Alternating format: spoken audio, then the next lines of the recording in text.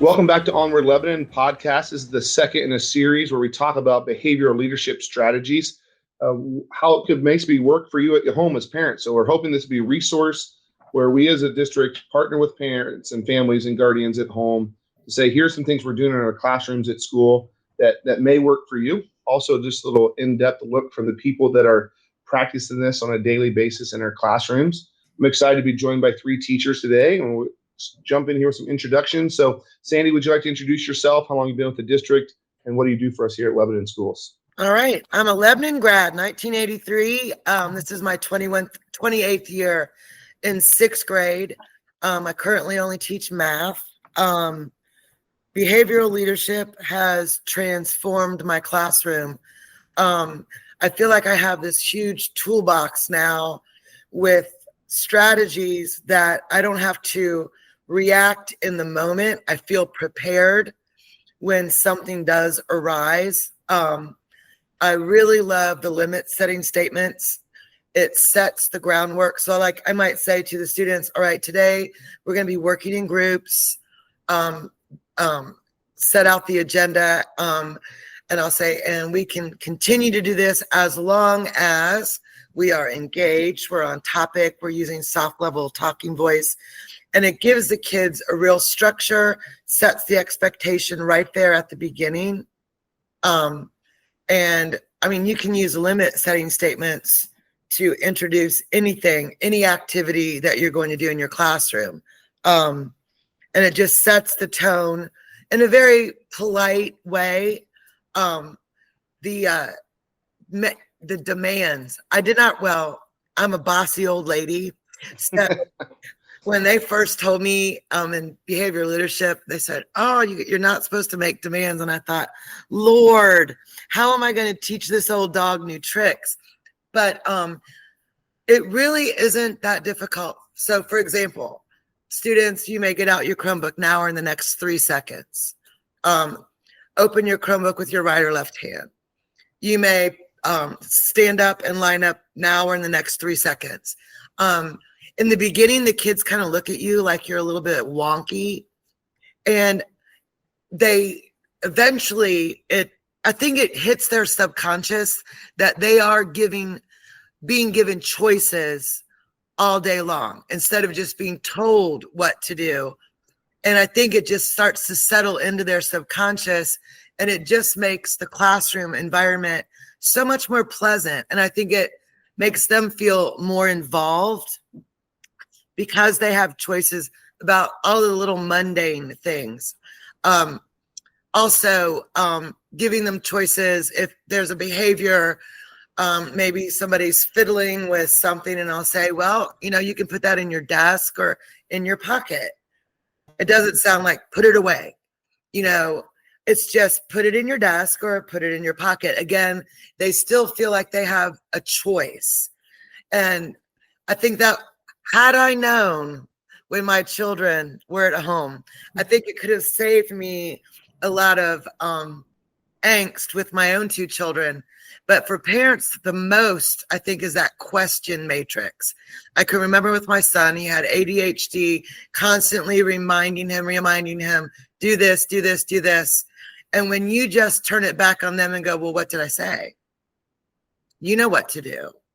Where should you be? What should you be doing? It really does make them stop and go, oh, yeah.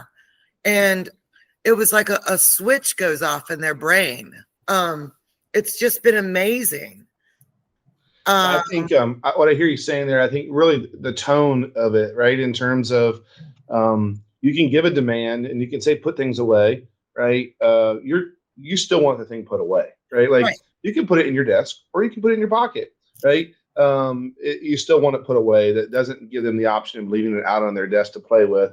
No. And I also think about that, right? I immediately go to, I have a 13, 15, and 17-year-old kids at home. And I immediately go to some of those things that are the power struggles that we have. And we'll get into that a little bit. We'll come back around to you in a minute, Sandy, on some questions around those things. But so you've been with us for a long time, Sandy, and I loved hearing, teaching the old dog new tricks, and hearing that it's been something that's successful. So we're going to jump over to Brooke. Brooke, going to introduce yourself and maybe just sort of an overview of what behavior leadership has brought to your classroom and the changes in the last couple of years. Yeah, my name is Brooke Messinger. I teach third grade at Donovan, ELA and social studies. Behavioral leadership has been amazing. Specifically, strategic noticing is something that I use a lot. It works really well in between transitions in the classroom. So if they're lining up and I'm just noticing all these good behaviors, I notice Jim is lining up quietly. I notice Ezekiel is lining up and he's walking in line. I can throw off like noticing bombs just one after the other, right? And then they're seeing all those good things. So, that's helping the other children in the room. Oh, Miss Messinger's noticing all the good things that we're doing. So, I want to do those good things. I want her to notice me. And then also the limit setting statements and power questions. So I will begin when third graders are quietly in their seat in the performance position. That's where I just have students setting and they're ready and their backs are straight. You may skip or walk to the carpet as long as it doesn't cause a problem. I had some teachers come in to watch for behavioral leadership, and I gave them a choice. You may smile or wave at the teachers coming in. So I agree with Sandy, like the choices are super, super helpful because they feel like they're not just being told all day what to do, right? You may raise your hand, you may raise your left or right hand to answer the question. Would you like music or not? Feel free to close your Chromebook now or in the next 10 seconds. I love using that one. I'm always using the countdown. So these strategies have just helped to make it calm and peaceful. I feel like I have a calm voice. So as long as, I'm using that calm voice, then the classroom remains calm too, which has been super helpful. The nonverbal GGI. So I give the confused eye a lot, like, what are you doing? Right. And I look at them and then they usually just stop what they're doing. So I have loved behavioral leadership, and the opportunity to see all the other teachers use it has been just amazing. How long have you been with us, Brooke? You maybe said this, but yeah, I'm sorry. No, I didn't. This is my end of my 4th year. So I'll be starting my 5th year next year. Okay. So you taught for several years, 2 years or so before really implementing behavioral leadership, or is it something that you've always, the whole time you've been at Lebanon? So I did my student teaching in 2020 with Jordana Conger, and she had some of those strategies already. So I feel like I started off really strong because she's a very strong teacher. So I watched her and just continued what she did in the classroom, but definitely have developed a lot more strategies to use because I was just kind of using noticings at that moment. I didn't know all the other strategies, but I've learned so much. Just thinking, I mean, noticing is like the one thing that I recognize. It's the easiest one for me to acknowledge when I come into a classroom, like, oh, there's behavioral leadership, right? Like I noticed that person greeted Mr. Severs, or whatever it was. Like, I'm like, oh, there it is. And it was effortless. I've been jotting notes down the whole time because I'm like, I don't even know what that one is. Maybe I want to dig into it. Maybe I don't. I don't know if I want to open up Pandora's box here or not on some of these things, but like, I think it's just, I love Sandy's explanation of the toolbox because you guys have all, like, so far the two of you have thrown out like 3 or 4 different strategies that you love to use. And it seems like this, I can go to it in this situation. I can go to it in that. It's been really good. So, like I said, we'll come back to a couple of these things here in a moment, but I want to get to Brittany. And Brittany, tell us a little bit about yourself and what behavioral leadership is done for you in the classroom. Yeah, of course. My name is Brittany Stotts. I have been teaching for 10 years. The last 4 of those years, I have been here at Lebanon. I teach at Berry. I teach 5th grade math and science. So for the past few years, I really picked up a lot of this behavioral leadership, these strategies, and really have embraced them and watched them change not only my classroom, but like me as a teacher. And a lot of it is things that we were already doing as teachers, but then it's just kind of changing your language. The biggest thing for me is that there's so much focus on preventative strategies. You're not responding to things that are going wrong because you're spending so much time and effort noticing the preventative choice, like these preventative things. So one of the things that we were talking about is strategic noticing. And that is a huge piece of my classroom and a huge piece of me teaching. We all know that students are going to repeat behaviors that give them attention. And that's true for both positive things, but also for negative things. So if we are constantly giving a student attention for something that they're doing that's negative, it's more likely that that student's going to repeat that behavior because it got them attention. So we need to focus on the things that students already know how to do. And a lot of times we need to assume intelligence with our students and that students know what to do and focus on those positive behaviors. And that's what I really like.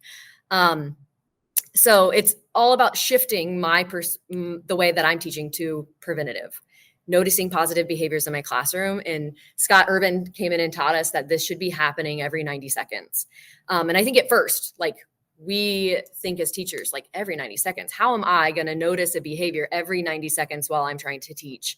But really, he said those strategic noticing should be super quick. They should take about 3 seconds or less. So in a 30-minute classroom, or in a 30-minute block of time, you should be noticing about 20 times. And then when you're noticing about 20 times and it takes about 3 seconds each, there's 60 seconds. So it takes 1 minute out of your instruction. And really, when you're noticing those positive behaviors, you're increasing the efficiency of your time because there's less of those negative behaviors happening. And it's just addressing all the things that I would have been addressing anyways. So if I look around this room and I see that somebody's drawing on their desk or somebody is not in their seat, instead of me saying, sit down, stop talking, stop drawing, just shifting the way that I'm giving my attention and instead saying, I noticed so-and-so has the lid on their marker, and I noticed so-and-so is in their seat, and I noticed so-and-so's eyes are on me. And being able to address those things in a positive way helps me be a more positive person, but also like tells the other students, hey, that's what I need to be doing. If I want attention, that's what I should mimic. That's what I should follow. And it's really, it's easy to change other students' behavior and do these, we call them noticing misdirects, using just those quick 3-second strategic noticings. So, and a lot of times during instruction, that's when I'll do them. But also during transitions. In transitions, it's really easy to drop those, like Brooke called them, like the strategic noticing bombs. You just write one after another, because during that time when the room is supposed to be quiet because students are getting out their art pouches or their scissors or their glue sticks, if we don't fill that quiet time with the things that we notice that are positive, students are going to fill it with other noise. So just taking advantage of the students who already know what they're supposed to be doing and using them to our advantage, really. And using them as positive role models. There is so much, I don't know. They already know what they're supposed to be doing. So giving them that benefit of the doubt is great. And I think one of the things that we did when we did behavioral leadership training was a coach came in and she told us, it takes one student in your classroom to know what they're supposed to be doing. Just one kid. And if the classroom feels like chaos in the moment, notice that one kid. And when you notice that one kid, then somebody else is going to mimic their behavior. And then you notice that kid. And now 2 kids are doing what they're supposed to. And then you notice the 3rd kid. And it's like this chain reaction. And yeah, there might be another student who's still off task, but then you use some of your other preventative measures, or you go over and you stand in the corner right next to that kid.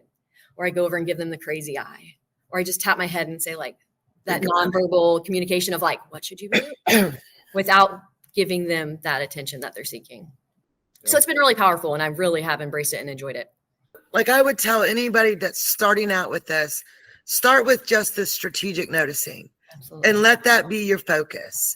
And by like 2 weeks, it comes natural. And then you just build on doing the demands. Because at first the demands really freaked me out. But now I don't even think about it. Yeah. And and I agree with Brittany. I remember I used to saying over and over again, please push your chair in, please push your chair in. And now all I have to say, oh, I noticed Mason pushing his chair in. And it's crazy how all of a sudden chairs get pushed in. Yeah. And it takes a lot of you're not as tired at the end of the day. You're not repeating yourself over and over again. That's one thing all three of you are sharing about like the change and you're focusing on the positive. Noticing is focusing on the positive things, right? Yep. I go back to teaching high school students in math and thinking about that. Like so much of my attention was focused on the kids that weren't doing the right thing. It felt like it was like, man, it's a battle, but really it's one or two kids, right? Like I can listen to all of you talk about what's happening in your classrooms or see it and realize like, it seems like a happier teacher, right? Like, because it forces us to recognize that like a lot of the kids in a room are doing the right thing, right? And we use this attunement piece, right? Like they're going to learn positive and the appropriate behaviors from others if that's what we're rewarding, or we make them more aware of it. And so I think I don't know. Everybody wants, you said it, Sandy, about like you're happier teacher. Like, is there anybody, I mean, Brittany, Sandy, you guys taught for a while, even before you started using these strategies. Have you noticed a difference for you at the end of the day, or tomorrow's our last day with students at the end of the year, right? In terms of like, I didn't feel like I fought every day. I remember, in my career, and I hope I get better every year, even though this is my 28th year, I'm always improving. But I can remember days when I would go home and just feel so down, like it was a bad day. I felt like my energy was negative, you know what I mean? Because I was noticing, and I don't feel like that at the end of the day anymore. I really feel more upbeat. And like I said, I feel like I'm not reacting in the moment. I feel like, oh, I can throw this at that, or I can just do the crazy eye, or I can do the argument shield. I'm not sitting there going, oh my gosh, this kid's got me over a barrel. What am I going to do? I have, 5, 6, 7 things I can try. And like Brittany said, sometimes it's just as easy as you just stand over, continue teaching. But now I'm standing right next to this child, and boom, problem solved. Mm-hmm. And I feel like all of those, I feel like as a teacher, it can get overwhelming, especially in my early teaching of telling kids what to do all day long. And the number of demands that I gave was like, but that's how I was taught to teach. Like, sit down, eyes on me, put your pencil down. And you don't even realize how many demands you give. And it is exhausting, especially when you say, do something and then the kid doesn't, right? So then you're like, ooh, and then everybody else is watching, and what's going to happen now? And then you can get yourself into these power struggles, and we never win a power struggle. Right? Yes. And I remember when Scott Irvin came and he said, I'm going to teach you like right away something you can use. You're never going to argue with a student again. And I was like, I'm all ears. Like, tell me. And he's like, you use your argument shield. Like, I don't argue. And if you don't engage in the argument, like there is no argument. And then you just repeat it. Like you have a calm signal. And instead of me like feeling my blood pressure rising or getting flustered or frustrated, it's just like, oh man, I don't argue. And it really, and I'm sorry. No, it really does work. Yeah. And it also, there are those kids that want to push your button. And I'll admit, oh my Lord, I've had my button pushed before, but I don't anymore. And, that was their main goal, and then I would be like, oh man, I got suckered into that one. You know what I mean? And you're like, oh, but now, you go, I don't argue, or what did I say? What did I say? Or where should you look to see the directions? And it leaves them nonplussed. They're kind of like, okay, she's really not going to argue with me. Yeah. And I think you talked about it earlier, like kids are doing behaviors for attention, right? And we can give the positive attention for the positive behaviors. We look to limit that. So Brooke, I have a follow-up for you. You talked about the nonverbal GGI. What is nonverbal GGI? So you don't have to speak at all. It's just, it could be a curious eye. Your students doing something they shouldn't be. Oops, I'm sorry. Doing something they shouldn't be. And you're just like, really? You don't say anything. I shouldn't have said anything. Or just there's evil eye, crazy eye, reactive movement. You move towards a student that's doing something they shouldn't, right? And then you're just kind of standing there until they stop it. Hand on shoulder. Hand on chair or desk. Finger tap pointing down. trying to see. I am looking off our paper here to make sure I don't miss any. Stop and looking at the student, just stopping all teaching just to look at them. Shoulder drum, head shake, all of those things where it doesn't require you to say anything. You're just non-verbally drawing the attention back to them or letting them know, right? Like I think about this, so I'm going to shift to just for the parenting aspect of this. And, one of the things, like if I'm a parent listening to this, right, first of all, I'm like, okay, where can I get information on argument shield or the reactive movement, which for us, right, like proximity was kind of the thing we used to talk about when in teaching days, like just if you're close to them, right? Like you don't have to say anything, just teach math right beside them for a while, right? Or move them closer to you or whatever it was. But this is sort of an in and out. I think about the picture you gave me a face, right? We're on Google Meet right now. I can see 4 faces. Everybody that's listening to us is just going to hear voices, but I could tell from your face, right? Like that was what was that? Like what are you talking about? Look, my kids make fun of their mom on a regular basis because like they don't think she's got a real mean face. So like when she's trying to non-verbally communicate, like I've had enough, it's actually comical. And so we all sort of laugh, but also diffuses the situation just as well, right? So I think those nonverbal things that I hear you talking about. So I don't, I've got 3 kids. Sandy, you said you wish you would have had some of these strategies when your kids were at the house. Brittany or Brooke, I don't want to make any assumptions about whether you have kids or don't have kids. We don't know each other that well yet, but like, think about how this could transition to parents using some of these strategies. Like if we were to give a couple nuggets to parents at the end of this thing and say like, if you say this at home, your kids are going to know what it means, right? Like, I notice, right? I'm a brief, just sort of tangent here. Like Josh Chastain, Lebanon Junior High School teacher, they learned this strategy, these things at the beginning of the year. He went home. He strategically noticed one of his kids that afternoon at home, and the daughter said, "What are you talking like my teacher for?" Right? Like, it was immediate. Right? They knew what it was. So are there a couple things that you can think of, like parent, try this at home, that you think would be the most effective thing for parenting to try to maybe incorporate something at first? So Sandy, since you brought it up earlier and saying you wish you had some of these strategies with your boys or kids when they were at home, what do you think would be something that a parent could try? Number 1, the argument shield. Mm-hmm. Because don't get sucked into that back and forth and you just go, I don't argue. And it does diffuse the situation and it gives both of you space. Because we know we can all get a little more heated with our own kids than also the strategic noticing. Wow, Jen, I noticed you made your bed this morning. And I probably never would have thought to say that. You know what I mean?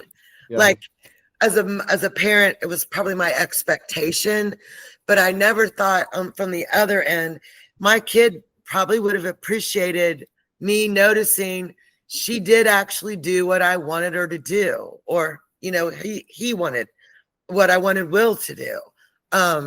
It could have helped me a lot, I think, because instead I ended up doing a lot of their bedroom work because it wasn't ever getting done.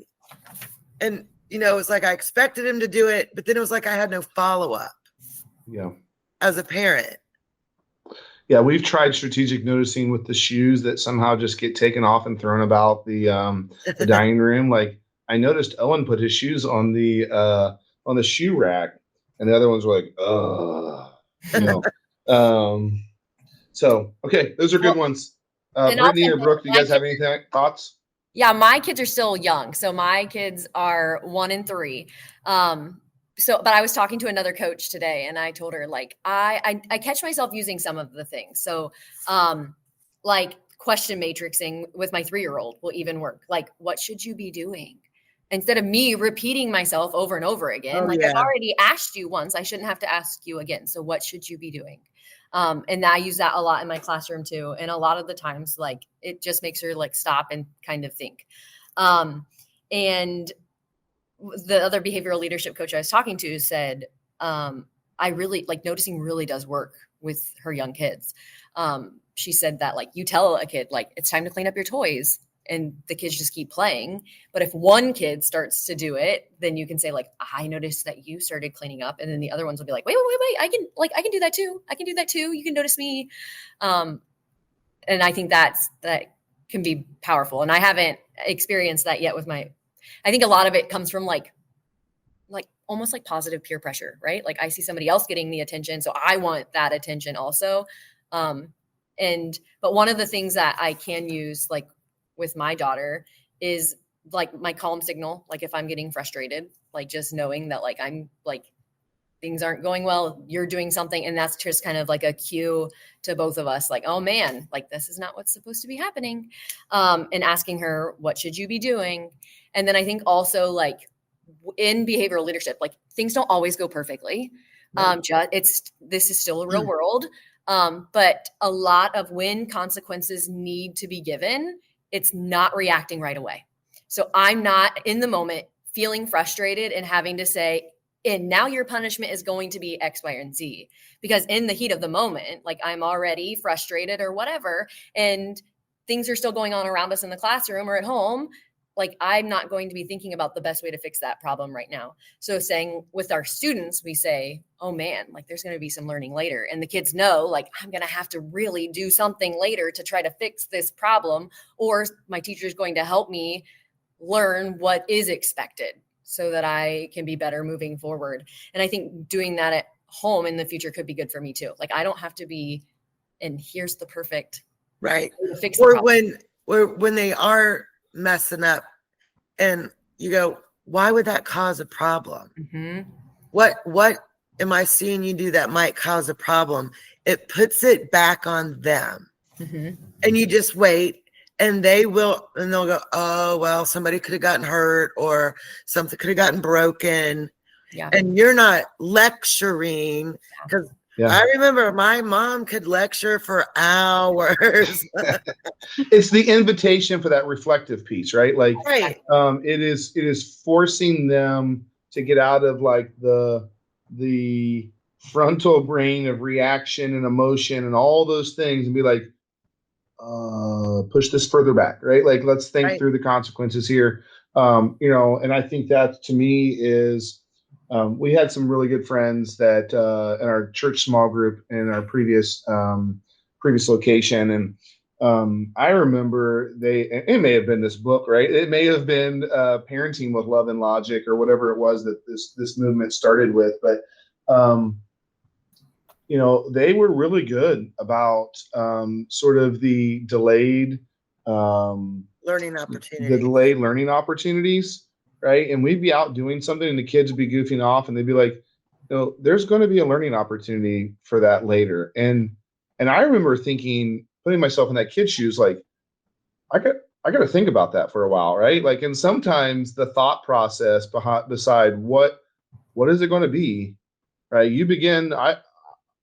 I think I begin to process, like, how's this going to go? What's my consequence going to be? What could I have done differently?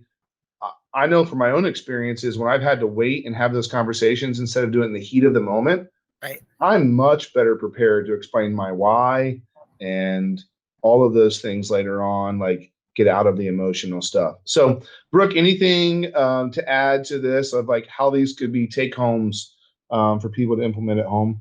Yeah, so I don't have any children yet, but I was just thinking when I was a child, how the preventative choices would have helped me a lot, especially with chores and things. So, you can put a load of laundry in or do the dishes today, as long as you're doing one of them. Just having that choice in which one you do, because I dreaded the dishes. Like I would break down. I hate the dishes. I love doing laundry, and I'm still like that today. Hate both of them. So if I had that choice, I would have just been like, okay, good. And then, maybe my brother would have had to do the dishes. But Yeah. so Yeah. I mean, I think those things, right? Like, and some of what Brittany said earlier and some of what I hear you guys talking about today are like, man, that seems so basic, right? It seems so juvenile and basic. And I can tell you it's working at Lebanon Junior High School right now with like pubescent junior high kids, right? It is, these strategies are simple.